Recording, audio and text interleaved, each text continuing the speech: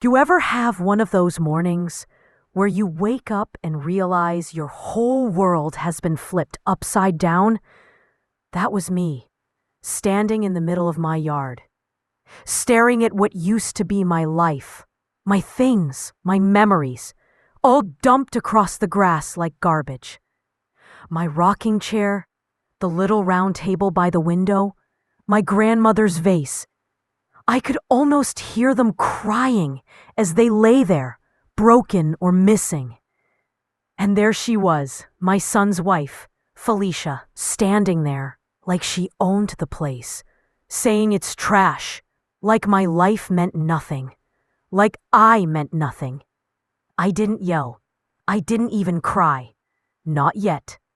I just stood there, gripping my hands together until they ached, feeling the wind pick up the papers scattered around. The humiliation was suffocating, but something inside me clicked. I realized right then and there, nobody, not a greedy daughter-in-law, not a selfish relative, has the right to take your dignity. Nobody. And if they try, you either let them or you fight back. I chose the latter. I called my niece Rachel first. Sweet girl, sharp as a tack, always looking out for me. She answered on the first ring. "Aunt May, what happened?" she asked, her voice trembling but firm. I told her, and I could hear her jaw tighten through the phone. "Don't you worry, Aunt May. I'm on my way. Nobody's gonna let her get away with this." And just hearing that, a warmth spread through me. Because sometimes the fiercest kind of love isn't romantic. It's the kind that shows up when the world's trying to crush you. The kind that refuses to let you fall alone. 2 hours later, Rachel pulled up in her little SUV, hair messy from rushing over, eyes sharp, scanning the yard like she already knew the plan. "Mom, we're not letting this go," she said, taking my hands in hers. And in that moment, I felt something I hadn't felt in months, maybe years. Hope. Someone actually believed in me. Someone was ready to fight for me. Not for revenge, not to hurt Felicia, but to take back what belonged to me. My space, my peace, my life. We spent the day cataloging what was missing, what was destroyed, what Felicia had sold off. I didn't scream. I didn't shout. I didn't even cry. Well, not yet.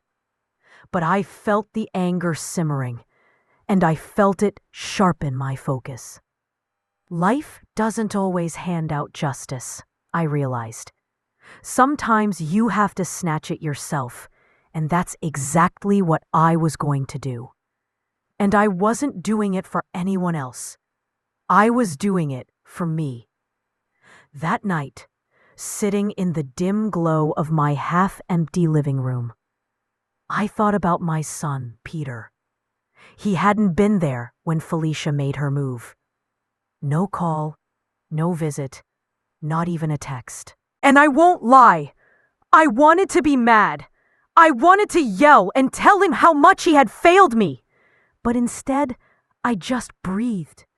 Because even when the people we love mess up, even when they make the worst choices, they're still family.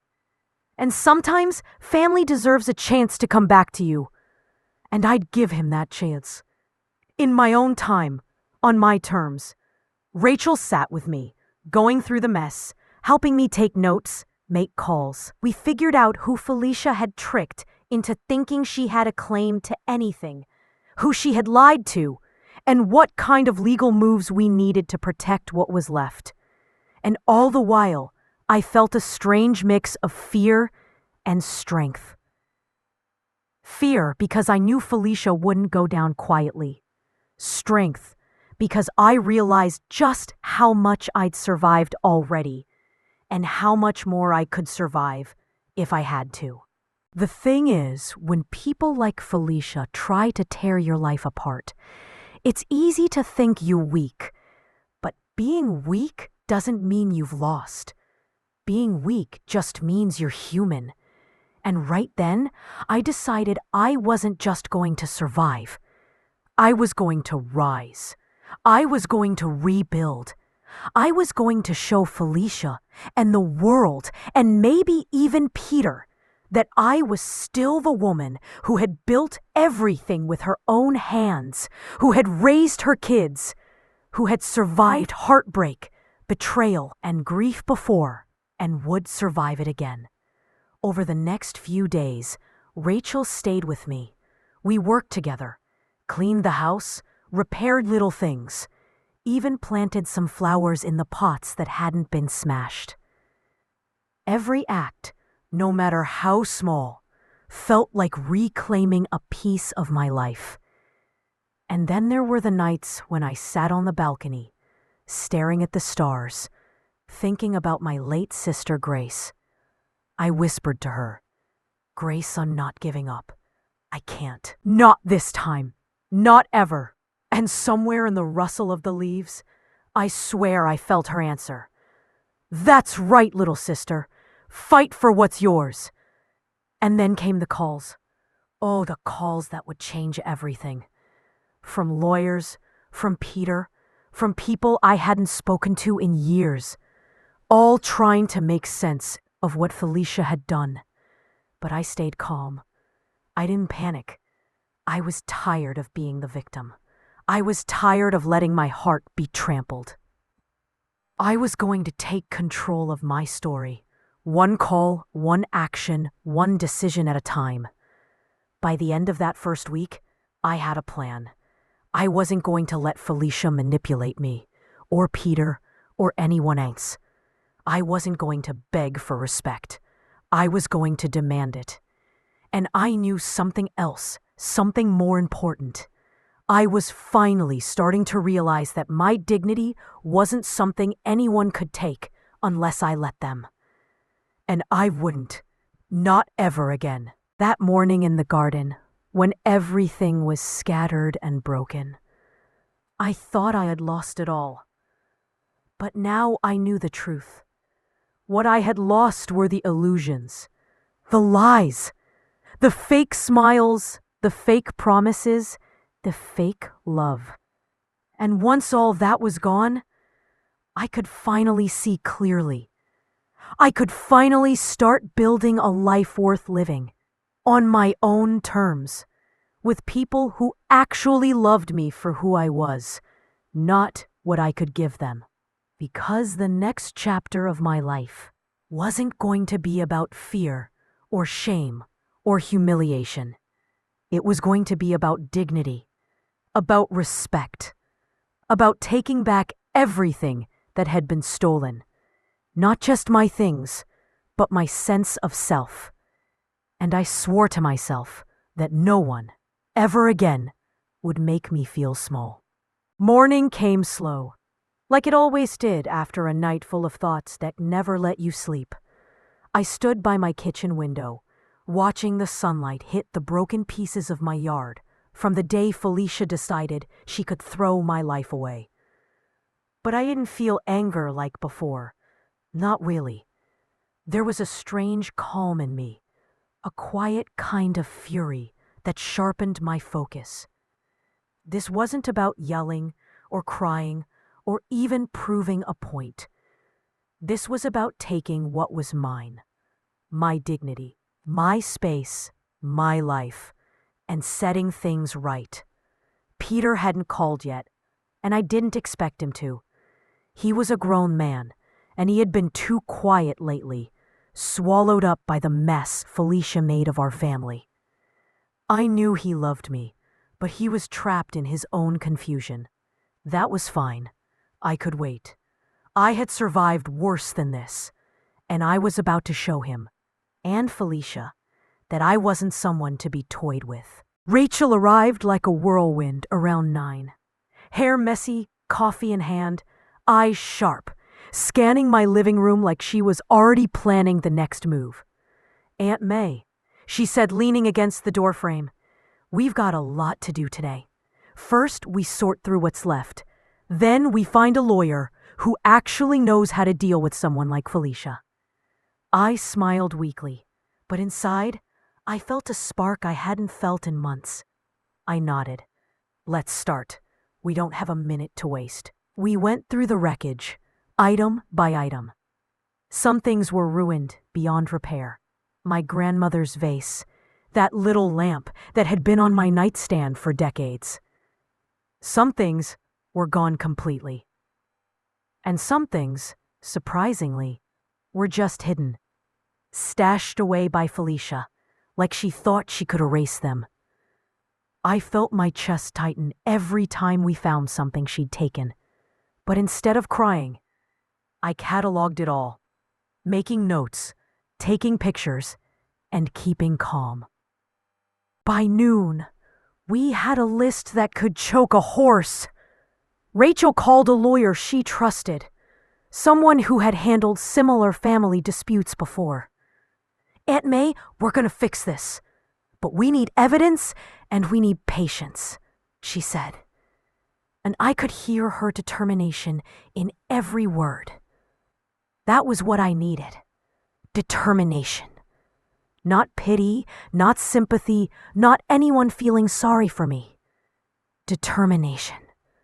The lawyer's office smelled like polished wood and paperwork, but it felt safe. I explained everything, and he listened without interruption, scribbling notes, nodding occasionally. "Mrs. May," he said finally, "this is serious, but it's not hopeless. Felicia crossed a line, and the law is on your side if we play it smart. You have the receipts, the photos, the witnesses. We can make this right." I felt a little weight lift from my chest. For the first time since Felicia threw my life into the yard, I felt a thread of hope. Not because someone else was going to fix it for me, but because I had done everything I could.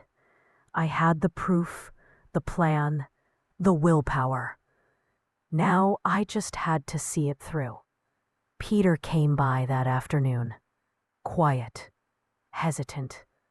You could tell he wanted to say something, but he wasn't sure where to start. I didn't rush him. I didn't lecture. I just let him stand there, like a kid who knew he had messed up. Finally, he said, "Mom, I should have seen this sooner. I should have stopped her." I reached for his hand. "Peter, it's not about what you should have done. It's about what we do now. You can't change the past, but you can decide how you're part of the future. Do you want to be part of it or not?"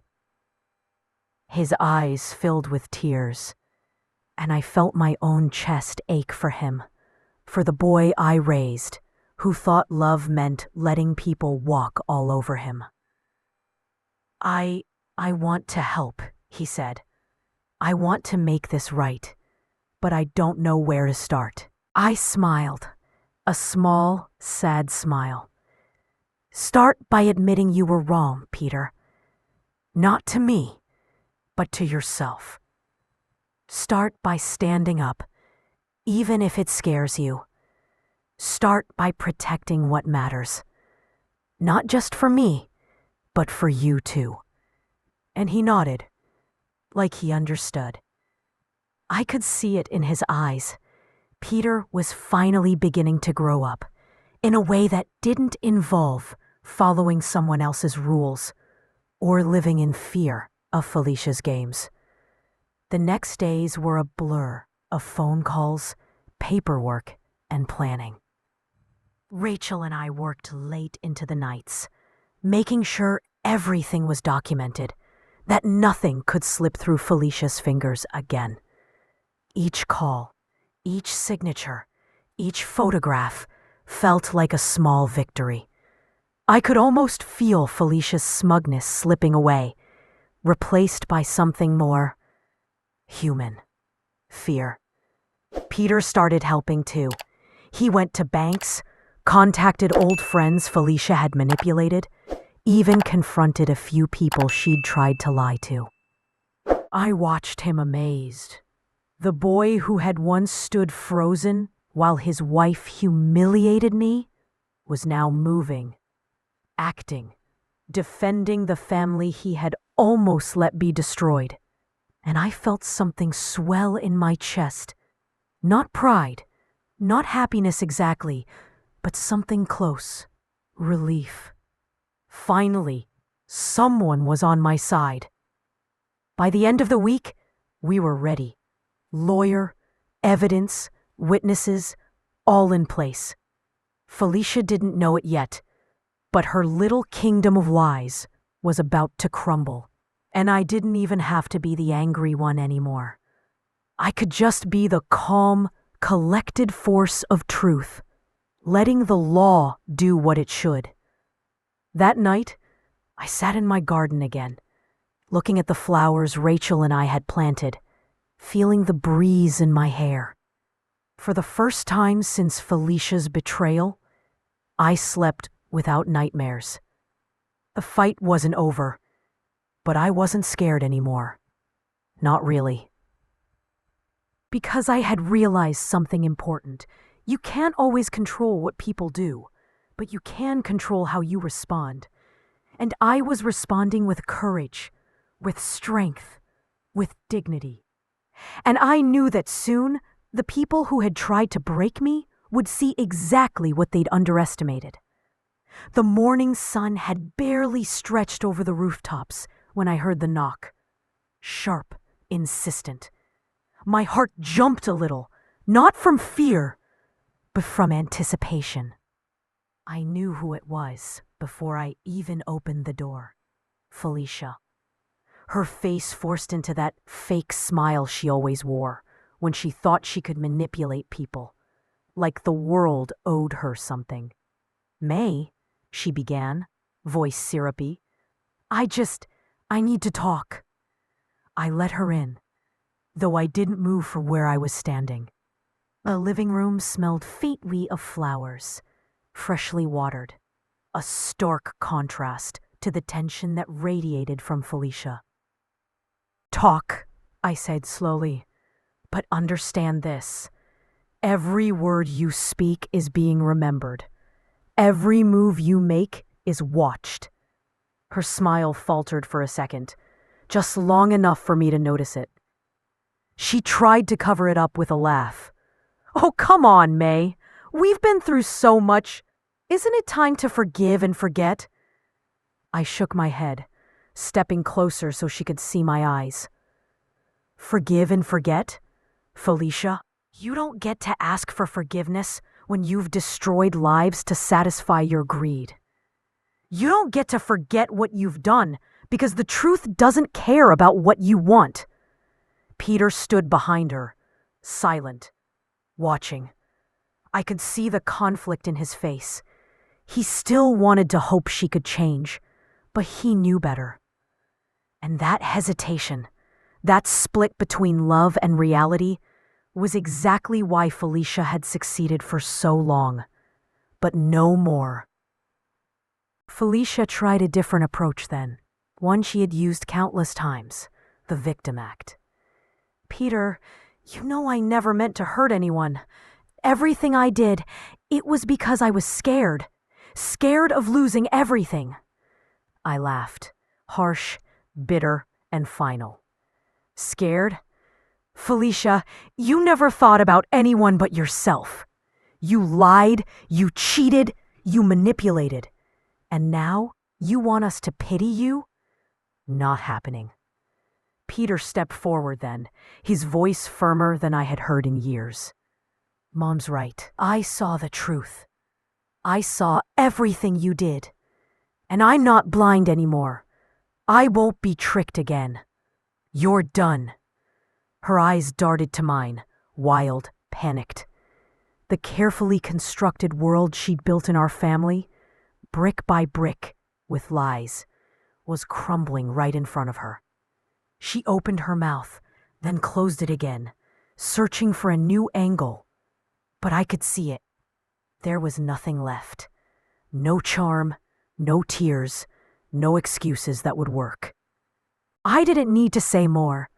We had gathered evidence, witnesses, and legal backup. Felicia's empire of lies wasn't just unstable. It was about to collapse entirely. Rachel had arrived quietly, taking in the scene without a word. She was the calm eye in the storm, the one who had meticulously documented everything for the lawyer. I knew that if Felicia tried anything, Rachel would have proof. Peter would have proof. I had proof. And for once, Felicia was the one on the defensive. By mid-afternoon, the lawyer called. "May, we're filing the case. Felicia doesn't even realize how deep she's dug herself." I nodded, feeling a strange mixture of relief and satisfaction.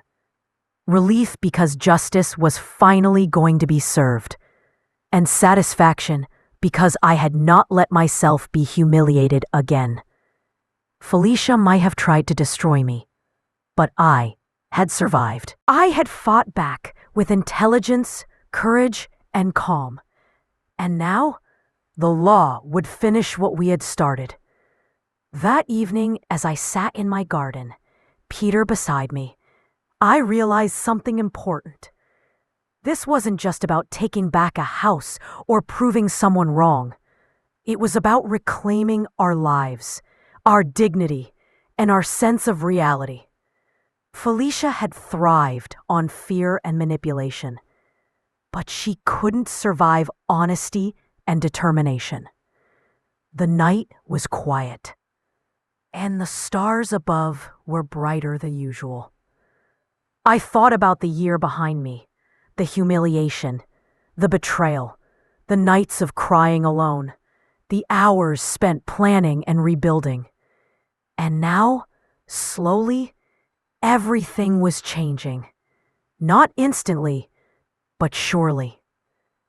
Peter leaned closer, almost whispering, "Mom, I want to be better.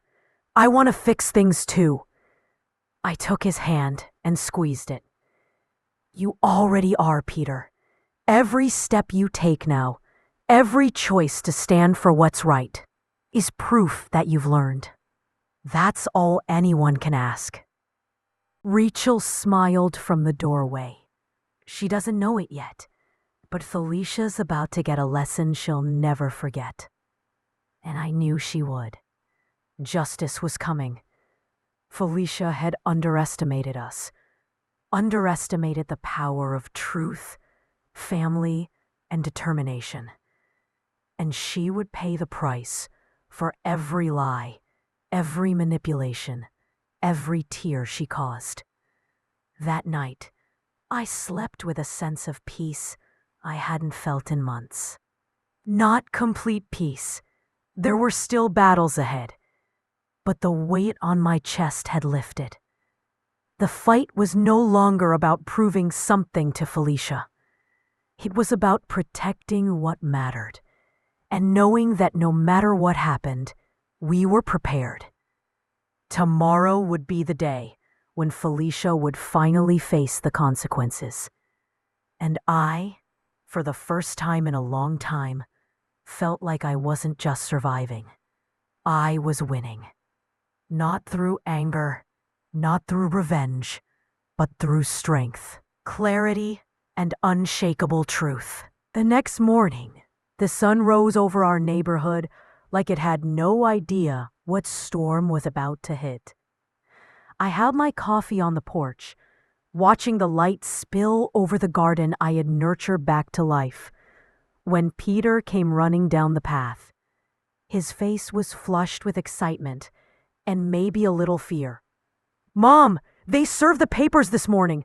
Felicia doesn't even know what hit her," he said, practically bouncing on his heels.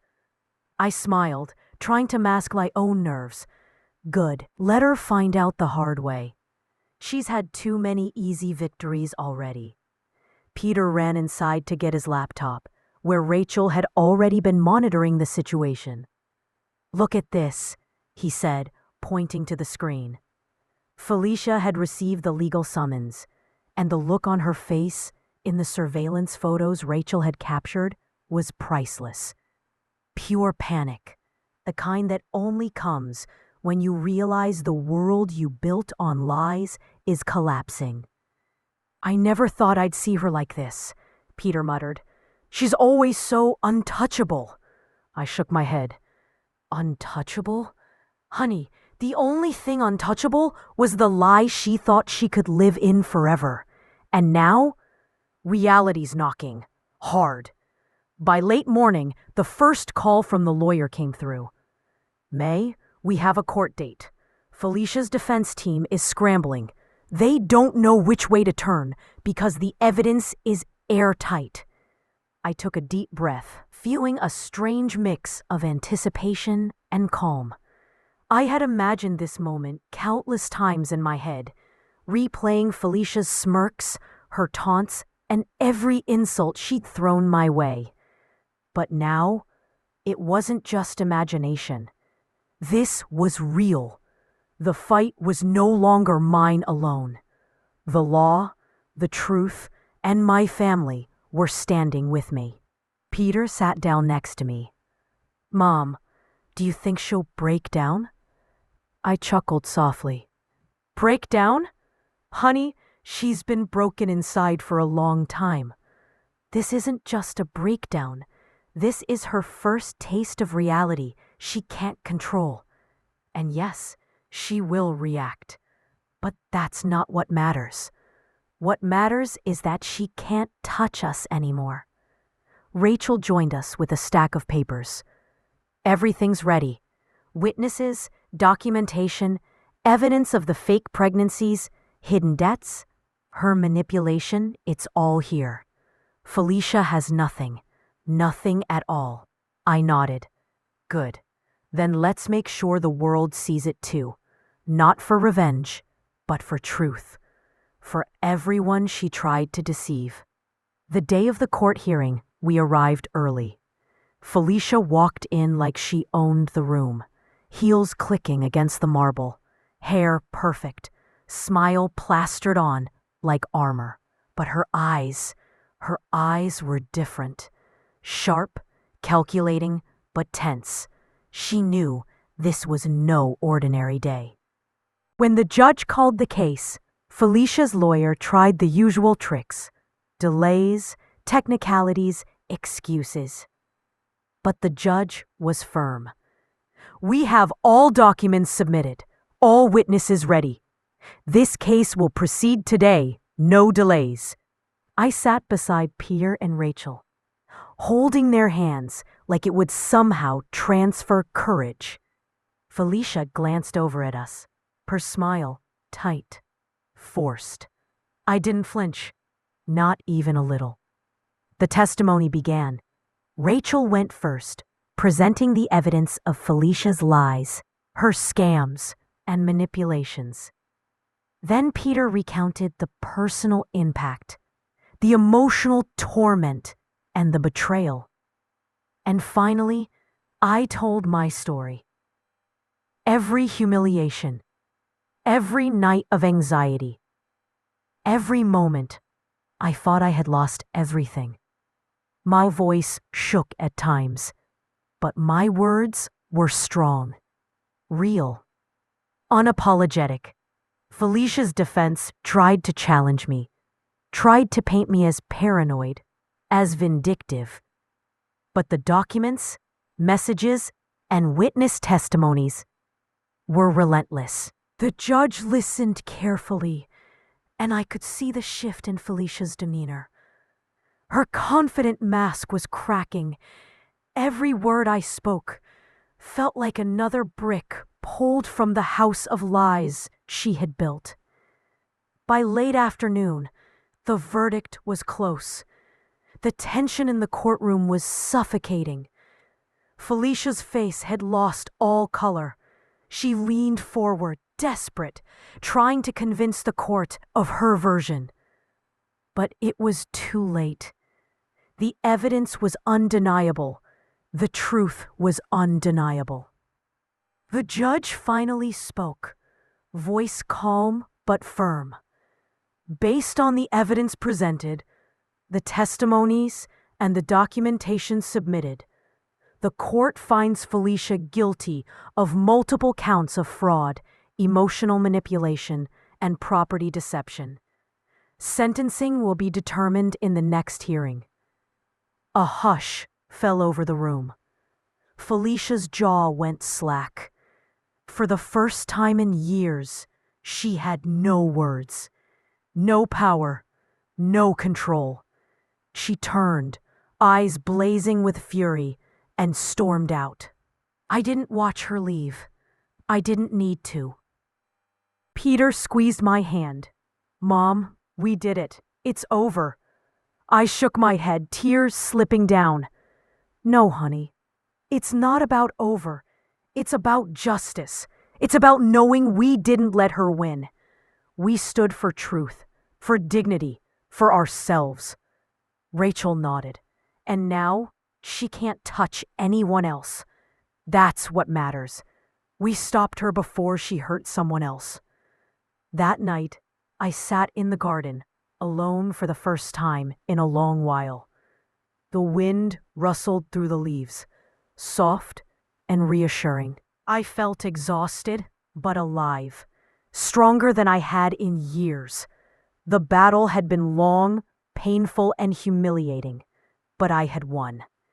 Not because I was cruel, but because I refused to let lies and manipulation define my life. I whispered into the darkness, "Thank you, Grace, for reminding me that dignity is everything, that standing up isn't just about pride. It's about survival." And as I looked at the stars, I felt a deep sense of peace. Not complete, not permanent, but enough.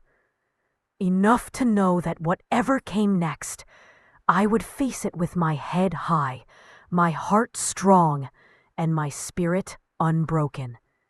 Because finally, for the first time in years, I felt free. The days following the court ruling felt unreal, like waking up in a world that was familiar, but somehow brighter, cleaner, freer. Felicia's absence was palpable. No late-night calls, no manipulative messages, no fake smiles at family gatherings. It was quiet, peaceful, but the quiet had a weight to it, a reminder of all the chaos she had caused before.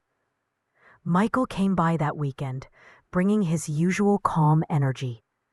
He had started decorating his small studio, turning it into a space that was his own, not a leftover of someone else's drama. I could see the relief in his eyes as he stepped through the front door. "Mom, it's like breathing for the first time in years," he said, dropping his keys on the counter. I laughed softly, shaking my head. "Yeah, I get it. I haven't felt this light in a long time either." We sat in the kitchen, talking about everything and nothing. Work, neighbors, the garden. But beneath it all, there was this quiet acknowledgement. Life was slowly reclaiming itself. We were reclaiming ourselves. Then came the call from the lawyer. Felicia's sentencing had been set for 2 weeks later. It wasn't going to be a light sentence. The court had taken into account her repeated fraudulent schemes and the emotional toll on her victims. Michael and I exchanged a glance over the phone. "She'll face consequences. Finally," I murmured. The day of sentencing, I dressed carefully, wanting to feel strong. Not for her, not for anyone else, but for myself. Michael and Peter came with me, and even Rachel insisted on being there. As we entered the courthouse, I felt the weight of the past year settle into my shoulders, heavy but steady. We were ready. Felicia walked in last, her head held high, like she could still command the room. But her posture was rigid, her smile brittle. Every glance she threw in our direction was full of anger and panic, betraying the control she thought she still had. The judge read the charges, the evidence, and the impact statements. I sat silently, watching Felicia squirm in her seat. She tried to look defiant, but her hands shook. Her lawyer attempted the usual pleas for leniency, citing stress and misunderstanding, but the judge cut him off sharply. "This is not a case of misunderstanding," the judge said. "This is a deliberate, repeated pattern of deception, manipulation, and fraud. The court cannot overlook the harm inflicted upon the victims. Justice must be served." When the sentence was read, 8 years in prison for aggravated fraud, Felicia's world finally crumbled. She gasped, her face blanching, and I saw a fleeting moment of vulnerability that she had never shown before. Michael squeezed my shoulder. "She's not worth it anymore," he whispered. Peter nodded. "She's gone. We're free." After the sentencing, we left the courthouse together, feeling the crisp wind on our faces.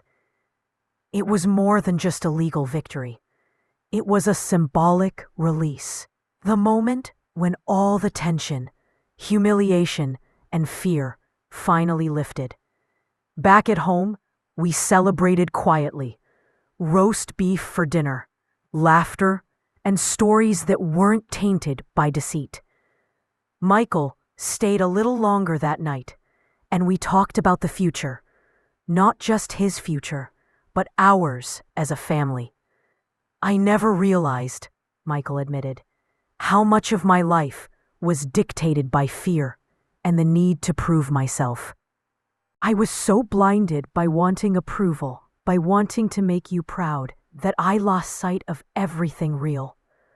I reached over, holding his hand. "You're seeing it now, honey. That's what matters. You can rebuild, and you can do it for yourself, not for someone else's expectations." In the following months, our routine slowly became normal. Michael visited every Sunday without fail, sometimes bringing his siblings or friends, but always with genuine joy and respect. Peter and Rachel thrived in their own lives, but stayed close, visiting often, and reminding me that family was not just a word, it was action. Felicia's absence was a relief, but it also left a space for reflection. I realized how much strength I had gained over the past year. I could set boundaries, demand respect, and protect my peace without guilt or fear. I could finally live in a home that was mine in every sense of the word, not just the walls, but the energy, the dignity, and the safety within it. One afternoon, as I appended to the bougainvilleas, Michael came over with a small envelope. "For you, Mom," he said, handing it to me. Inside were the legal documents transferring the house entirely into my name, without any conditions, strings, or expectations. I felt my chest tighten. "Michael, you didn't have to," I said softly, tears brimming. He smiled. "It was always yours, Mom. You earned it. You fought for it. And now it's official. This house, this life, it's yours." I hugged him, feeling the years of fear, humiliation, and uncertainty wash away. The house was no longer just a structure.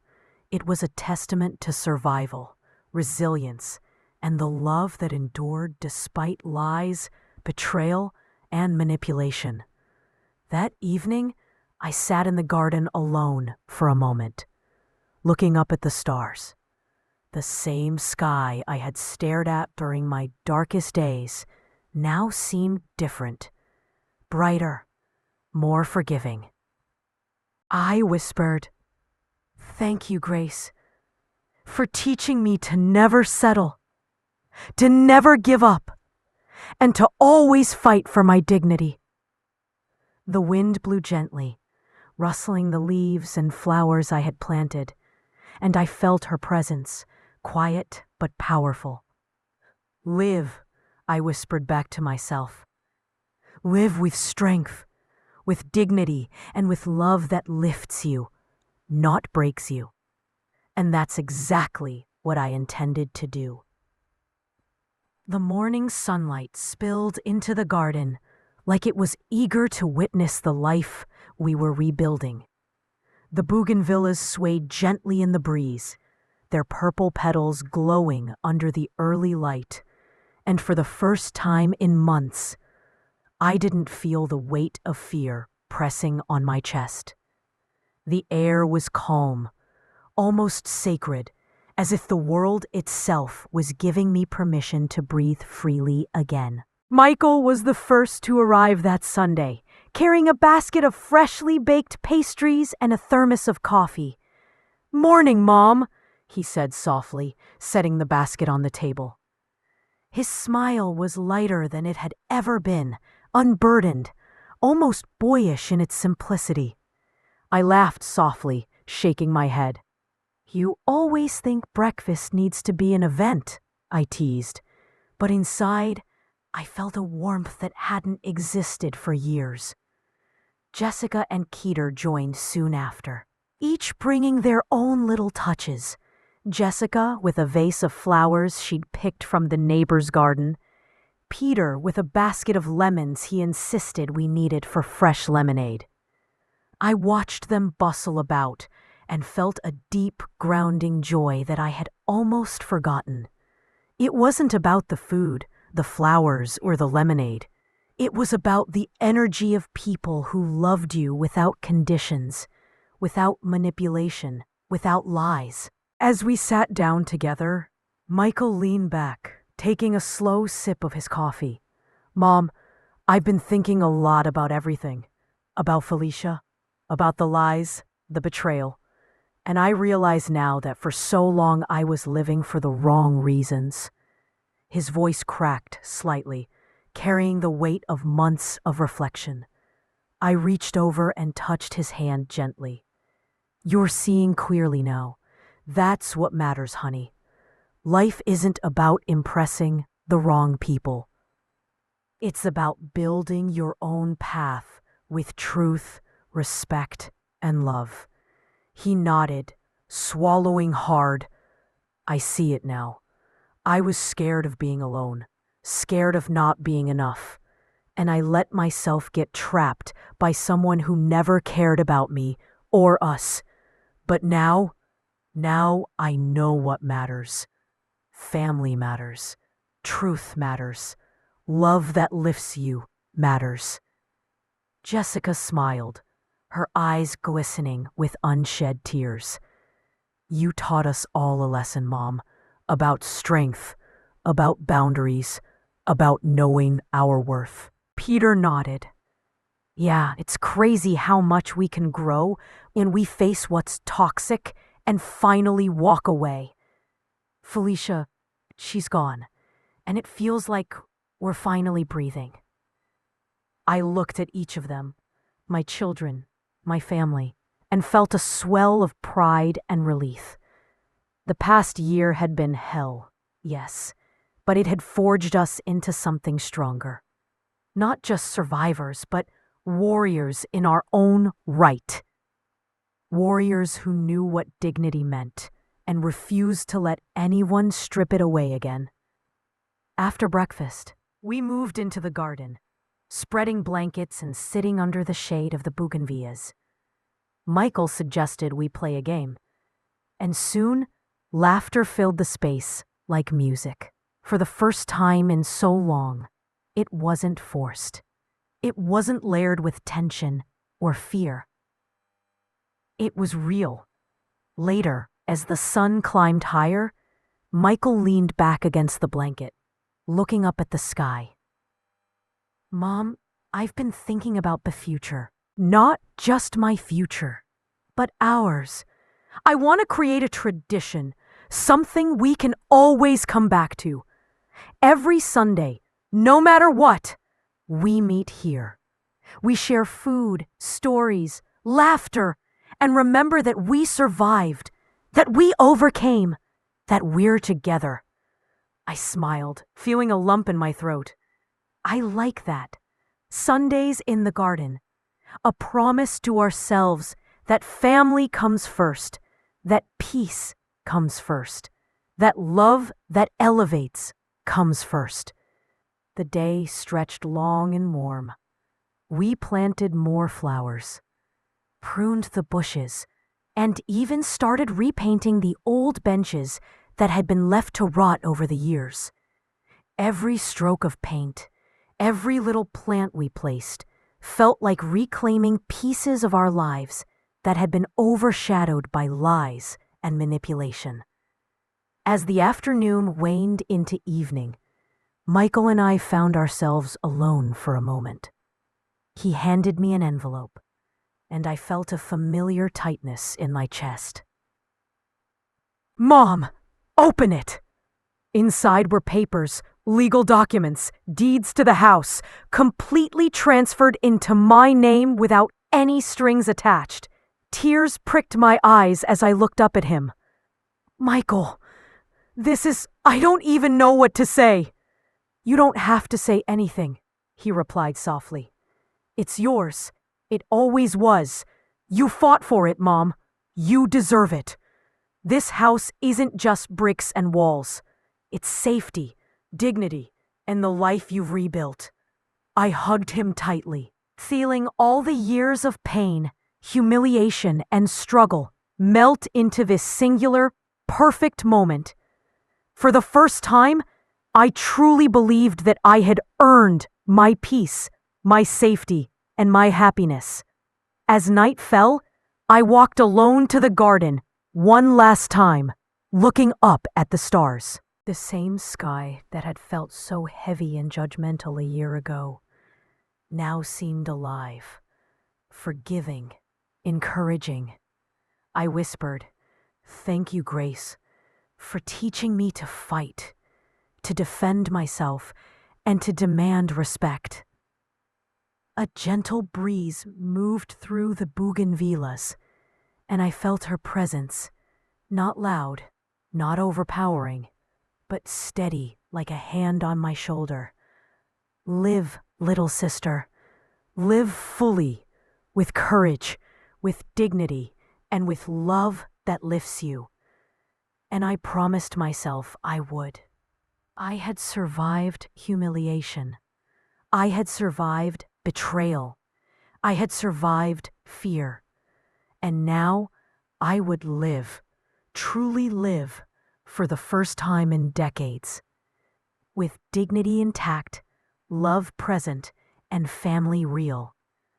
Because sometimes falling apart is not the end. It's the first step to rising stronger, bolder, and unshakable. The weeks after that Sunday in the garden were peaceful, but also a period of quiet transformation. Michael moved fully into his little studio, and I watched him from afar with a mix of pride and nostalgia.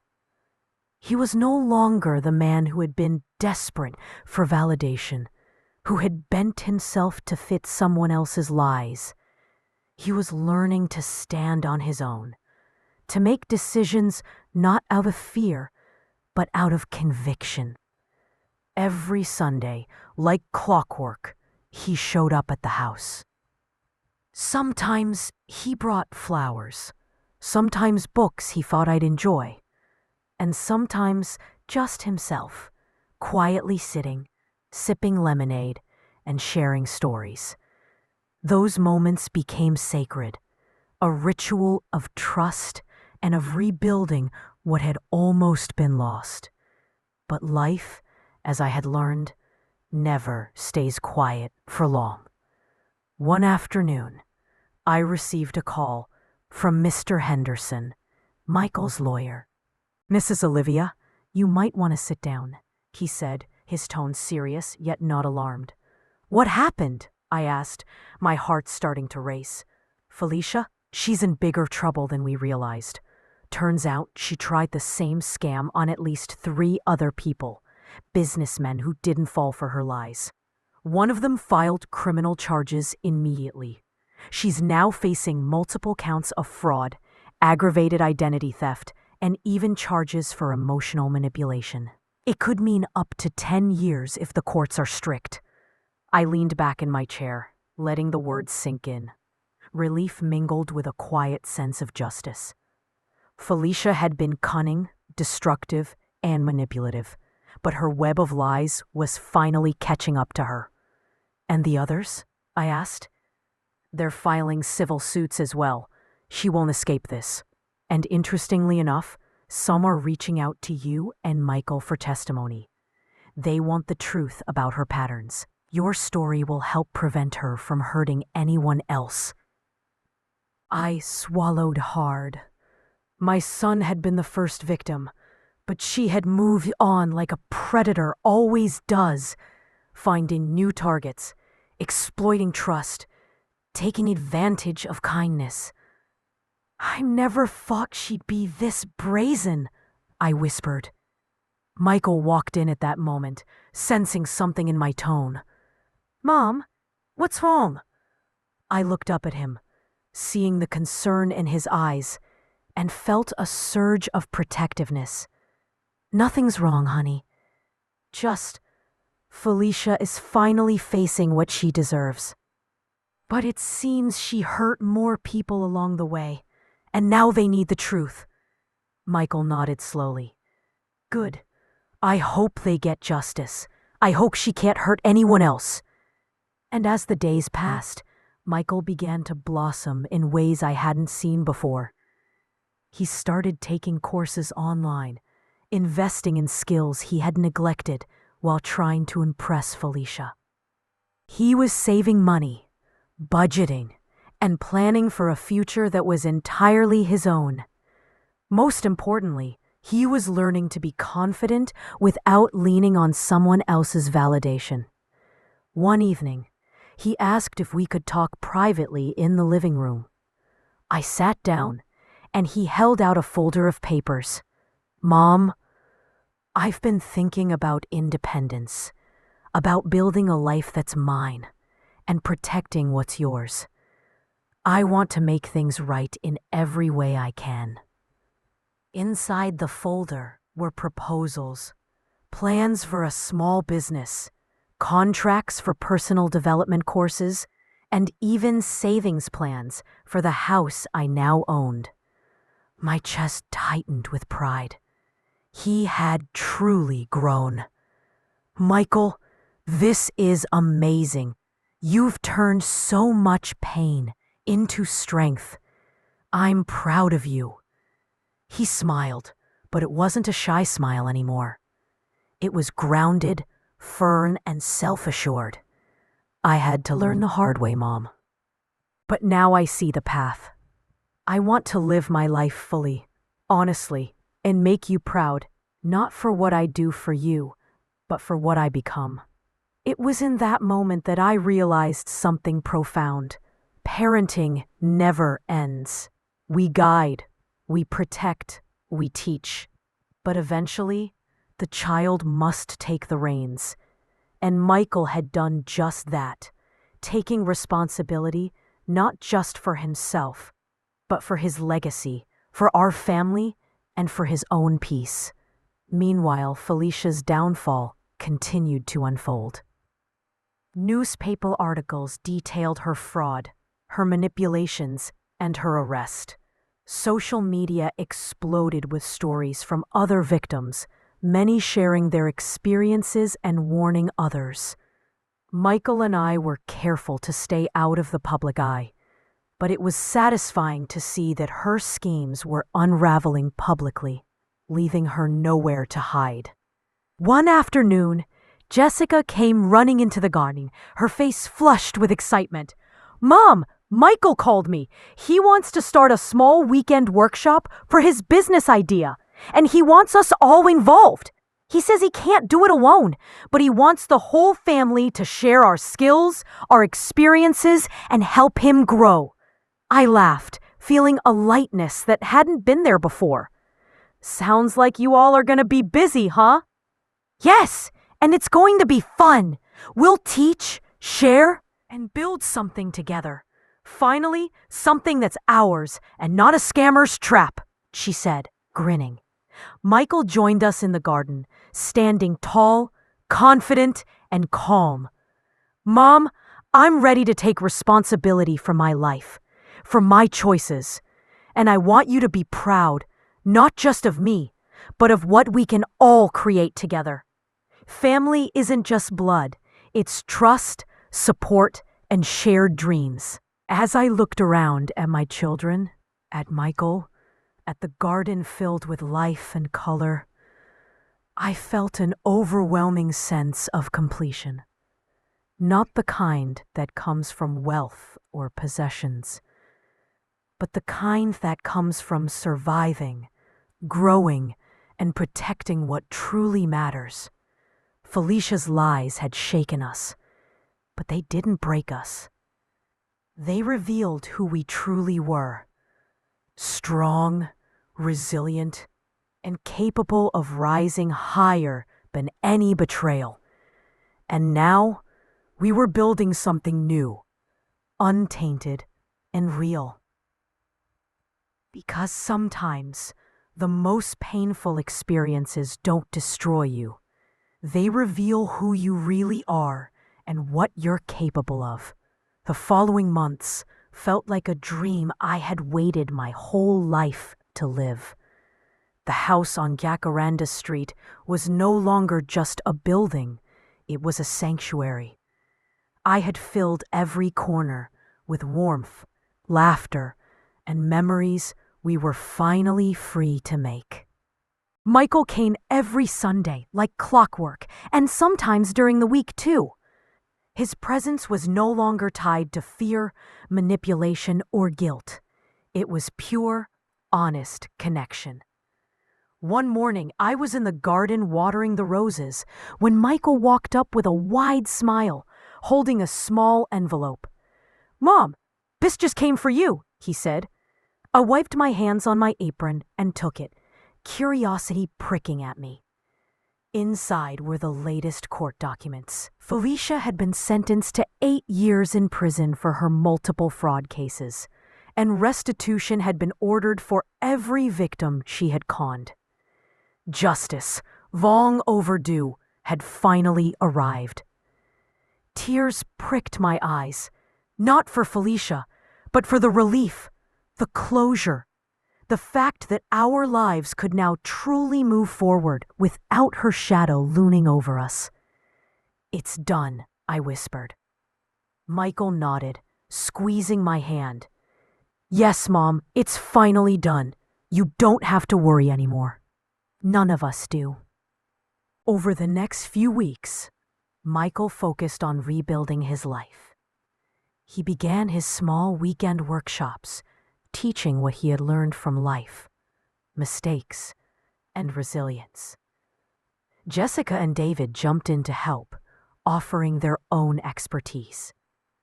I joined occasionally, sharing what I knew about patience, negotiation, and staying strong when the world seemed determined to break you. Together, we formed more than a family.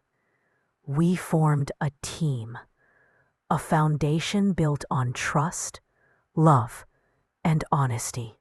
And then, one Sunday evening, Michael handed me a folder that made my hands tremble slightly. "Mom, open this," he said with that quiet seriousness that always meant something important. Inside were the deeds to the Jacaranda Street house, fully transferred into my name. No conditions, no strings attached, nothing but pure ownership. "Michael, I don't know what to say," I whispered, my voice thick with emotion. He smiled, that warm, steady smile I had longed to see for years. "Mom, it was always yours, but I wanted to make it official. I wanted you to have a safe place, a home that's yours entirely. You fought for it, you earned it, And now it's yours, without question. I hugged him tightly, feeling the weight of years lift from my shoulders. This wasn't just a house.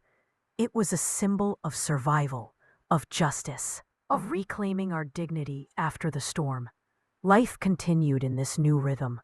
Sundays became sacred, yes, but they were joyful, filled with laughter, lemonade, and long conversations about dreams, plans, and memories. Michael spoke of buying his own home in the future, starting a life that was completely his, while I tended to the jacaranda garden, letting it bloom like our family, carefully, with patience, and with love. One afternoon, Jessica leaned back in her chair, wiping her hands after baking cookies. "Mom, do you ever think about the old days? About Felicia?" I smiled, looking at the sky through the branches of the blooming jacarandas. "Sometimes," I admitted, "but only to remind myself of what we've learned. Pain has a purpose if you let it teach you. And we did. We learned how to protect ourselves, how to value the right people, and how to never compromise dignity for anyone." David nodded, sipping lemonade. "And we're the lucky ones. We have you. We saw what it meant to stand up for yourself, and now we know we can too." "Yes," I said softly, "and that's why we survive. That's why we rise." Months turned into a full year since the day I returned home to find my things thrown into the garden. A year of fear, heartbreak, manipulation, but also a year of growth, justice, and love restored. One evening, as the sun set and painted the sky in shades of gold and pink, Michael came to the garden. He handed me a small notebook. "Mom, I've been keeping notes, reflections on the year. I thought you might like to read them." I opened her carefully, reading line after line of honesty, gratitude, and lessons learned. Michael had written about fear, mistakes, growth, and most importantly, love. Not the love that depends on manipulation, but the love that lifts you up, protects you, and teaches you to be strong. I closed the notebook and held him close. "Michael, you've become the man I always hoped you would. Not because of what you did for me, but because of who you are now." He kissed my cheek gently. "And you, Mom, have shown me that courage and dignity are priceless. I'll carry that with me forever." That night, I walked alone into the garden one last time, looking at the stars above Jacaranda Street. The wind blew gently, stirring the bougainvilleas I had planted, and I felt my sister Grace's presence once more. "I did it, little sister," I whispered. "I survived. I thrived. I protected myself, and I built something real."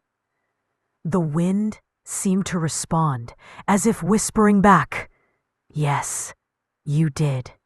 Now live, fully, freely, and with no regrets." And I did. I lived with dignity, with self-love, with the knowledge that I had reclaimed my life entirely. Michael continued to visit. Our family grew closer, and even in moments of quiet, I felt the strength that comes from surviving betrayal, heartbreak, and lies. If this story touches your heart, remember this: you are worthy of respect, love, and peace. You deserve to set boundaries, demand dignity, and walk away from anyone who seeks to diminish you. Life is too short to live on your knees. Stand tall, fight for yourself, and never, ever settle for less than you deserve. I did it at 67, and so can you.